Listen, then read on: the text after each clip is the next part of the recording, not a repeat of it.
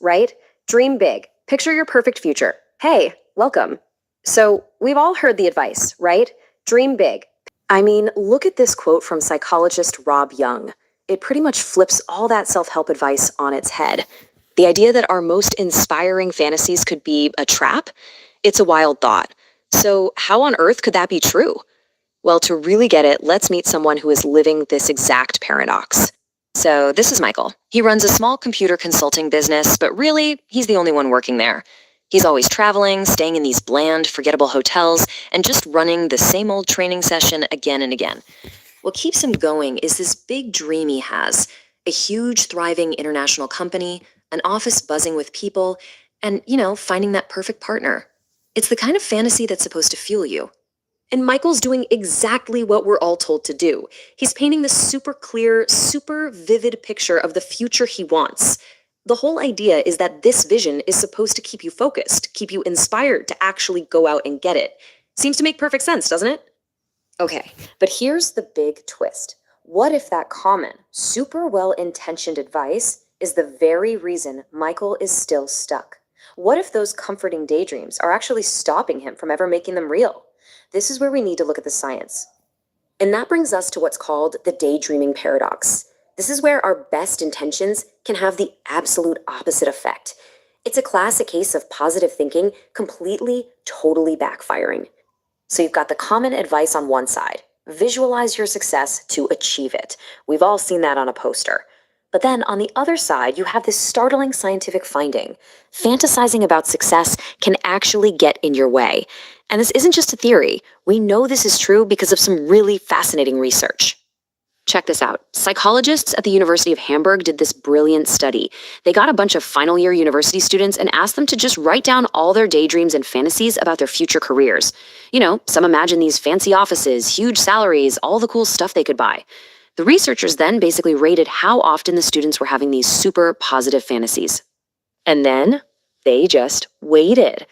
2 years go by, and they send out a follow-up survey to see how those same students were actually doing out in the real world. Did their dreams come true? The results were absolutely stunning. The students who spent the most time indulging in those positive fantasies, the ones you'd think would be the most motivated, they were actually earning less money 2 years down the line. They sent out fewer job applications, and they got fewer job offers. It's wild. The biggest daydreamers were the least successful. So the big question is, why? Well, the research suggests that when we fantasize, we're kind of tricking our brain. It almost feels like we've already done the thing. That vivid daydream gives you this little hit of satisfaction, and that actually drains your energy and motivation to do the hard, real-world work it takes to succeed. It makes us passive. So, okay, if daydreaming isn't the answer, then what is? This is where we have to shift our thinking from fantasy to action. And to do that, we have to understand the science of willpower. A big reason so many of us retreat into these fantasies is because of this: the fear of failure. Taking action is scary. You might get rejected. You might not be good enough. Fantasizing feels safe and cozy. Real effort feels risky.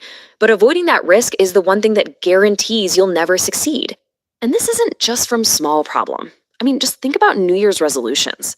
Research shows that about half, 50% of people who make resolutions to get fit or lose weight or whatever, they give up within just a few months. The desire is totally there, but the follow-through just isn't. But here's the good news. Willpower isn't some magical thing you're either born with or you're not. Science tells us it's actually a lot more like a muscle. And the more you exercise it with small, consistent actions, the stronger it gets over time. You can actually train it. All right, so we've torn down what doesn't work. Now let's actually build a roadmap for what does work. And this one is based on real evidence, not just wishful thinking. So a real science-backed approach has a few key steps, but I want you to look at number 4. Visualize the process, not just the outcome. This is the game changer. Instead of just fantasizing about crossing the finish line, you focus on the actual steps to get there, the hard work, the problems that might pop up, and how you're going to deal with them. That's where the real power is. And a really powerful tool for this comes from understanding the habit loop. So there's this great concept from Charles Duhigg that every single habit we have is powerful, and honestly, one of the most. There's a signal or a trigger, then there's the routine or the action you take, and finally the reward you get from it. If you want to change a habit, you don't fight the loop, you just change out the routine. And this brings us to what might be the most powerful idea of all. Forget about these huge, grand transformations. The real secret to lasting change is in the power of tiny, almost boring little tweaks. Yeah, this idea of minimal change is all about starting what they call a virtuous circle. You just make one tiny, super manageable change. That small success gives you a little jolt of confidence, which then makes you feel like you can make another small change. It's this amazing upward spiral where tiny actions build unstoppable momentum. So let's just put it all together. The fantasy, it's vivid, sure, but it's passive. And as we've seen, it can actually be demotivating in the long run. The tweak, on the other hand, is small, but it's actionable. And because you can actually do it, it's incredibly empowering. This is the big shift from just dreaming to actually doing. So I'll just leave you with this question. Instead of getting lost in some perfect fantasy about your future, what is one small, concrete, maybe even kind of boring tweak you can make today? Something that just moves you one tiny little step closer to your goal. Because that's where real change actually begins. Ever notice how you can know exactly what you need to do? Oh, absolutely. Like logically, you have the steps written down to get fit or to get that promotion or just, be less stressed, but you just stop. It is the universal human struggle. Right. It's like hitting an invisible wall. You buy the books, you make the plan, and then nothing. Just static. It's that massive gap between intention and action. Mm-hmm. And usually when we hit that wall, what's the first thing we do? We blame our willpower. Yes. The just try harder trap. We tell ourselves we're just lazy or we're not trying hard enough. But today, we are throwing that idea right out the window. We're looking at a stack of research that suggests willpower is actually the least interesting part of the equation. We're talking about rewiring the actual hardware. Exactly. We aren't just discussing how to change today. We're looking at what physically happens in the biology of the brain and, the psychology of the mind when we try to change. So it's a mechanical issue, not just a moral one. That's a great way to put it. If your car won't start, you don't yell at it to be more motivated. Yeah. You check the engine. And to check that engine, we have pulled together a pretty serious stack of sources. We've got Mastering the Mind, which is this dense training manual from the European School of Administration, basically how bureaucrats learn to handle crisis. Then we have Brian Tracy's psychological classic, Change Your Thinking, Change Your Life. And then to get really physical, we have Change Your Brain, Change Your Life by Daniel Amen, which brings in hard neuroscience and brain imaging. It's a perfect triad, really, because Tracy gives us the software, the programming of the mind. Okay. Amen gives us the hardware, the physical brain structures. Right. And that European school material, it gives us the process, how to navigate the messy middle part of it all. So let's start with the software. Brian Tracy. He opens with this idea that, honestly, it kind of blew my mind. The tabula rasa. The blank slate. Yeah. The idea that we are born with no self-concept. Tracy says we really only have two natural fears when we're born, the fear of falling. And the fear of loud noises. That's Yes, it. Which implies that everything else, the fear of public speaking, fear of asking for a raise, fear of being rejected, is learned. So it's just bad code. Tracy calls it learned software. And the most important takeaway there is, if it was learned, it can be unlearned. You aren't naturally afraid of failure. You were programmed to be. Okay, but if we're a blank slate, how does the programming get written? Tracy breaks the self-concept down into three parts. I found this really helpful for, visualizing what's going on. It is a great structure. Yeah. Imagine a pyramid. At the very top, you have the self-ideal. Okay. This is the person you want to be. Your values, your heroes, your vision of your best self. Yeah. It's the target you're aiming for. Then below that, you have the self-image. Right. The inner mirror. Yeah. This is how you honestly see yourself right now. Yeah. And here is the kicker. Tracy argues that your performance in life acts like a thermostat relative to this self-image. A thermostat. Mm-hmm. You will rarely outperform your own self-image for long.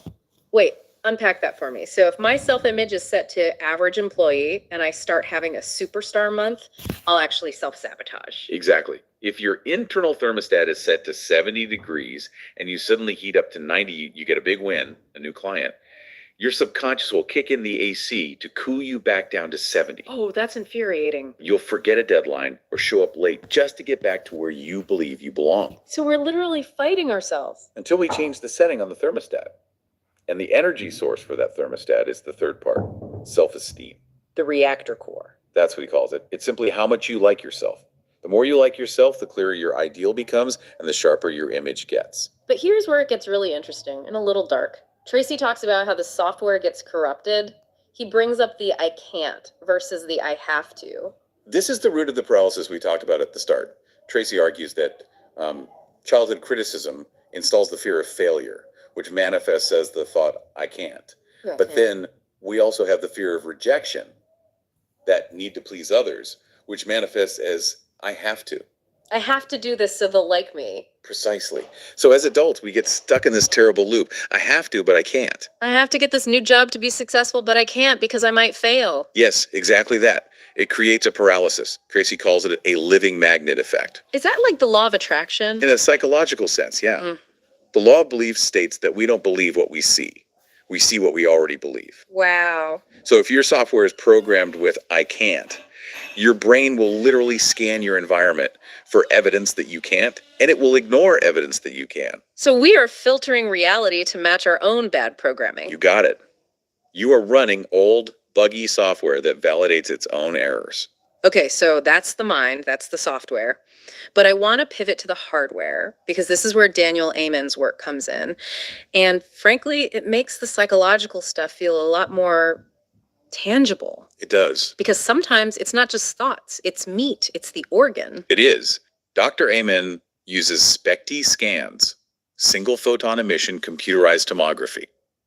It's a way of looking at blood flow and activity in the brain. Right. And his core argument is that many things we think are psychological problems, like a bad temper, depression, anxiety, are actually physiological problems in the brain tissue.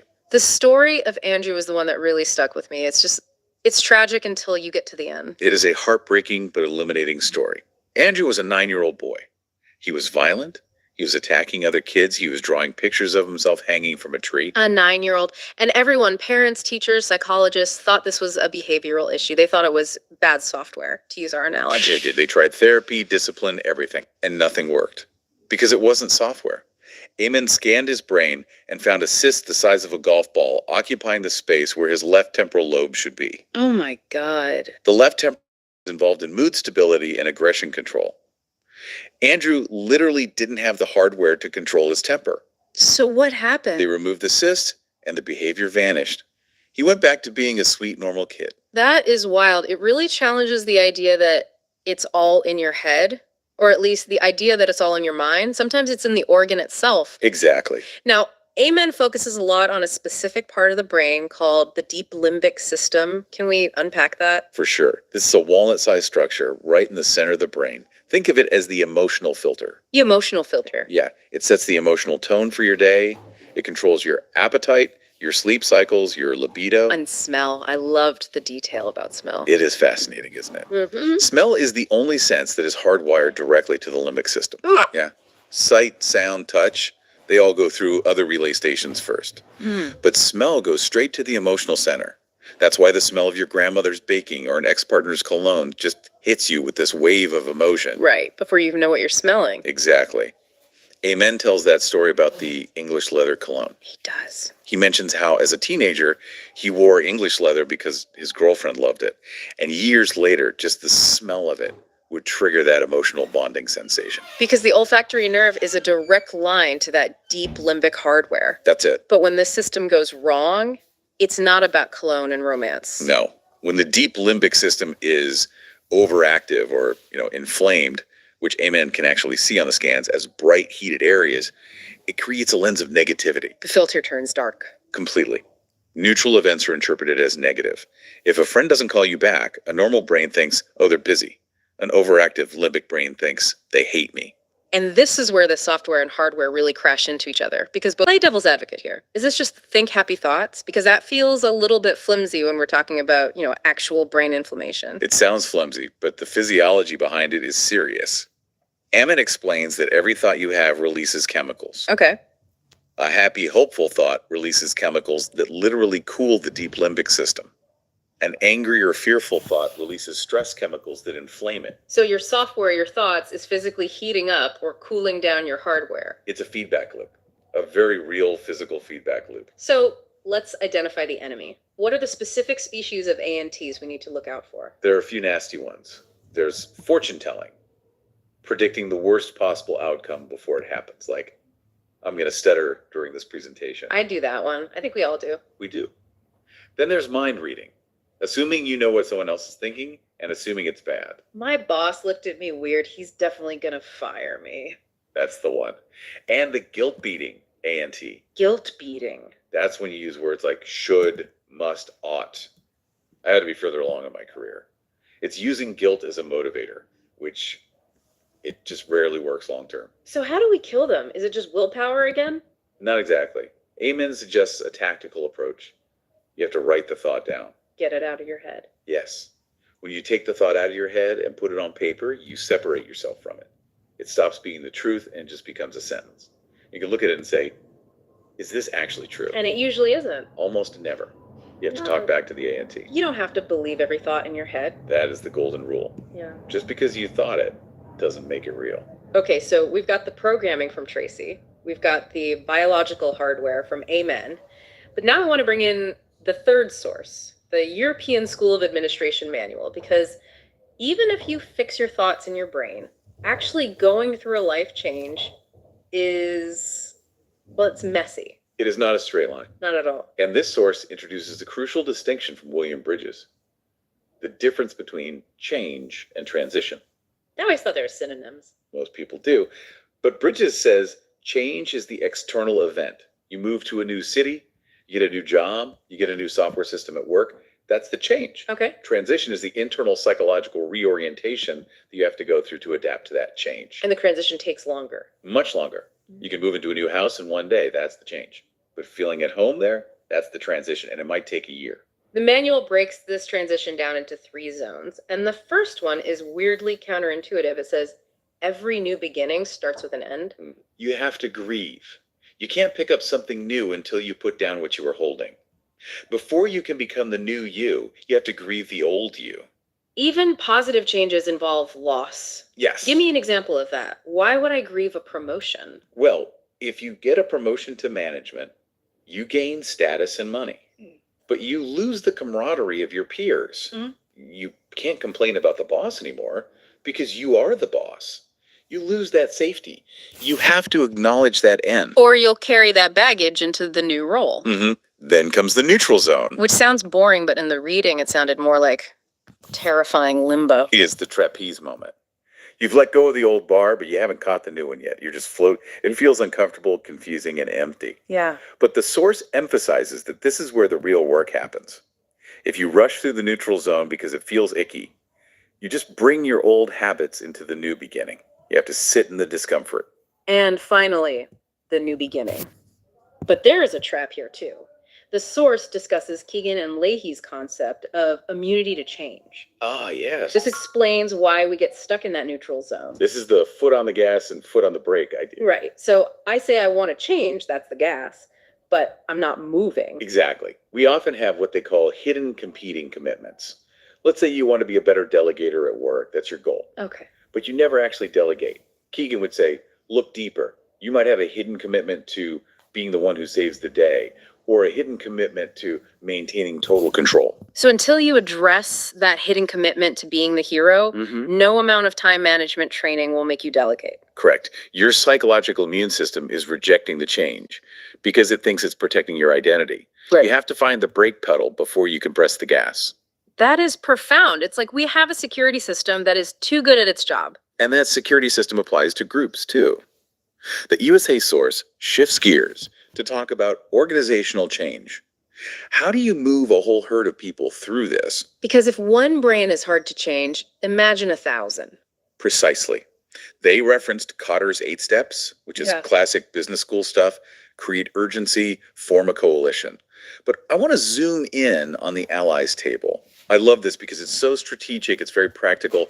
When you're trying to change a culture or even just get your extended family to agree on a vacation, you can categorize people. You have your allies. High trust, high agreement. You have your opponent. Open disagreement. And you have the wait and see majority. And the mistake we usually make is spending all our energy fighting the opponents. Exactly.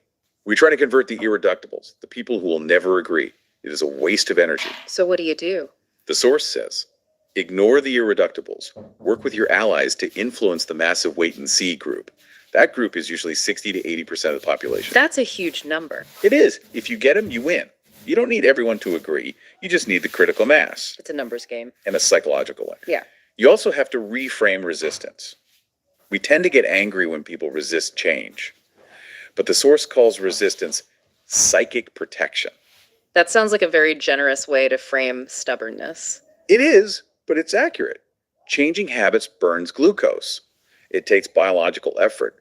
Resistance is often just the brain trying to save energy, or historic loyalty, trying to protect what worked in the past. Ah, okay. If you respect the resistance instead of fighting it, if you say, I know this is hard because the old way kept us safe, you can usually dismantle it faster. So putting this whole deep dive together, Yeah. it feels like we're building a cyborg here. We've got biological parts, software code, and a user manual. In a way, if we synthesize these three layers, we get a complete picture of human transformation. Okay, let's map it out. First, you have the organization, level, cauders, allies, and strategy. You can't do it alone. And you need to manage the herd. Then you have the internal transition bridges zones. You have to respect the grief and the limbo of the neutral zone. Mm-hmm. Then you go deeper to the software Tracy's self-concept. You have to rewrite the I can't into I can. And finally, the hardware. Amen's biological brain. You need to keep the machine running cool and clean. And they all feed into each other. If your hardware is inflamed, your software gets buggy with ANTs. Right. And if your software is buggy, you can't navigate the transition. It's a continuous feedback loop. It is. And that is actually the most hopeful part of this research. How so? It sounds like a lot of ways to break. It is. But it also means who we are isn't a fixed destination. It's not a statue carved in stone. It's a loop. And you can hack a loop at any point. You can improve your diet to fix the hardware. You can write down your thoughts to fix the software. You can change your environment to fix the transition. You just have to pick an entry point. Exactly. And here's a provocative thought to leave you with.